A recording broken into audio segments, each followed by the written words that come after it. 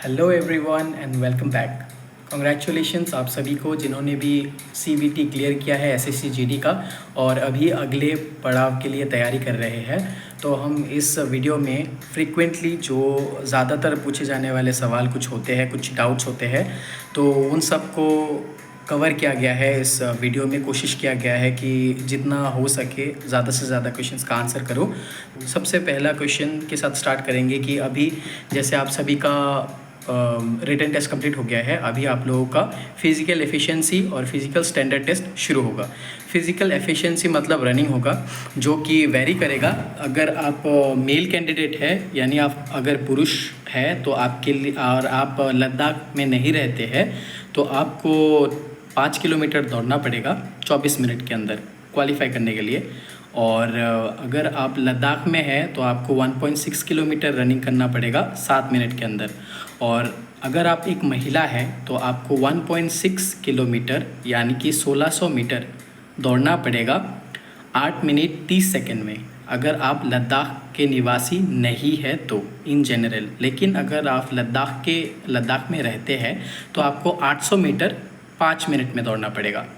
ये तो हो गई रनिंग की बात, फिज़िकल एफिशिएंसी की बात। अभी हम आते हैं फिज़िकल स्टैंडर्ड टेस्ट के लिए। फिज़िकल स्टैंडर्ड टेस्ट में आपका हाइट, वेट और चेस्ट का मेजरमेंट लिया जाएगा, जहाँ पे इन जनरल एक लड़के के लिए 170 सेंटीमीटर हाइट और चेस्ट 80 सेंटीमीटर होना चाहिए विदाउट एक्सपेंडेड। मतलब आपको पहले दो तरीके से आपका मेजरमेंट किया जाएगा चेस्ट का लड़कों के लिए।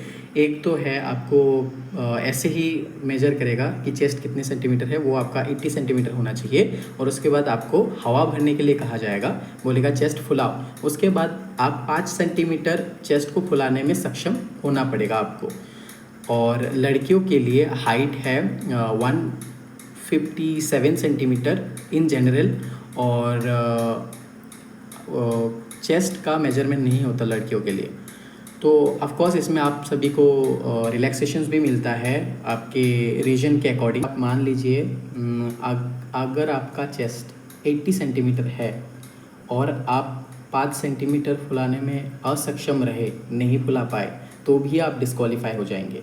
और ये कोई बड़ी बात नहीं है। अगर आपका चेस्ट 80 सेंटीमीटर है तो आप आराम से 5 सेंटीमीटर आप एक्सपेंड कर सकते हैं, हवा भर सकते हैं आप। 5 सेंटीमीटर तक का बहुत आसान होता है।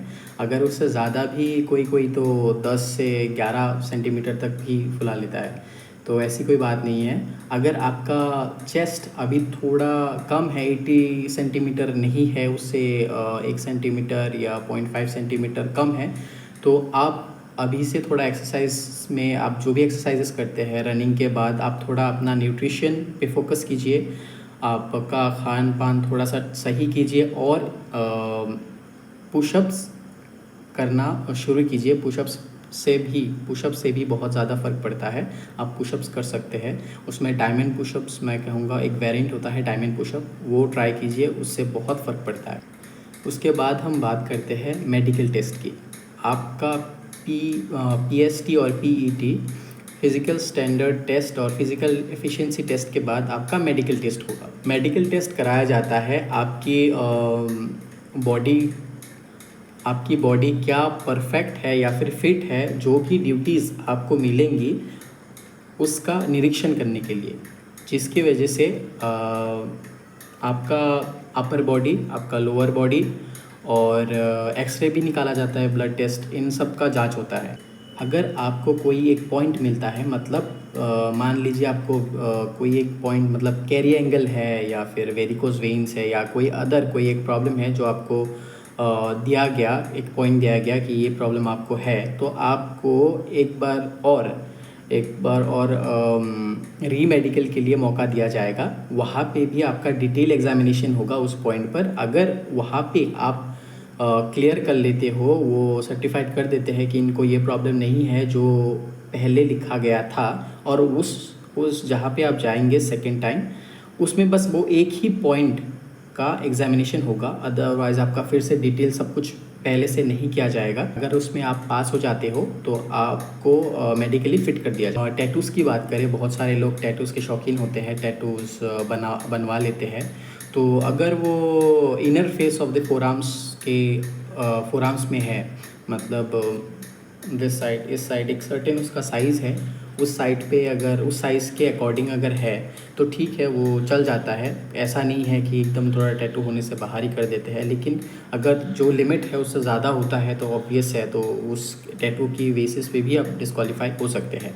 कोई कोई ऐसे है मैंने देखा है उनको कि क्या है कि वो लोग टैटू बनवा लेते थे, जो बना हुआ था टैटू उसको क्या किया, उसको लेज़र ट्रीटमेंट एक कहते हैं, तो उसके द्वारा उसको रिमूव करने के लिए गए और वो जगह और भी ज़्यादा बैडली इन्फेक्टेड हो गया या फिर और भी भद्दा हो गया, जिस वजह से अगर वो टैटू तभी रहता तो शायद डिस्क्वालीफाई नहीं होते, लेकिन क्योंकि उन्होंने लेज़र ट्रीटमेंट कराया है जिसके लिए उनका स्किन और भी ज़्यादा ख़राब हो गया है, तो उस वजह से भी बहुतों का डिस्क्वालिफिकेशन हुआ है।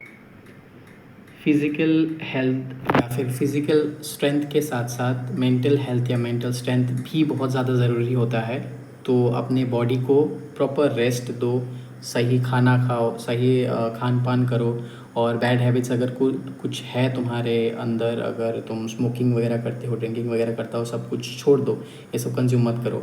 इन सब से तुम्हारे शरीर पे बहुत ज़्यादा गंदा इफ़ेक्ट पड़ता है, तुम सभी को पता है, बट अगर फिर भी तुम लोग ये सब कंटिन्यू करते हो, अपने आप को दिलासा देना बंद करो कि ये चीज़ों से कुछ नहीं होता, इनसे बहुत बहुत गंदा इफ़ेक्ट पड़ता है तुम्हारे शरीर पर। तो ये सब अगर कुछ भी करते हो वैसे करना नहीं चाहिए, ये सब कुछ छोड़ दो। और सोचो कि जब वर्दी लग जाएगी, जब तुम्हारे पास वर्दी होगी तुम्हारे शरीर में, वो तुम कितना बढ़िया दिखोगे, वो एक मोटिवेशन रखो अपने पास, और उसके अपने आप को झोंक दो, प्रिपेयर करो इस तरीके से।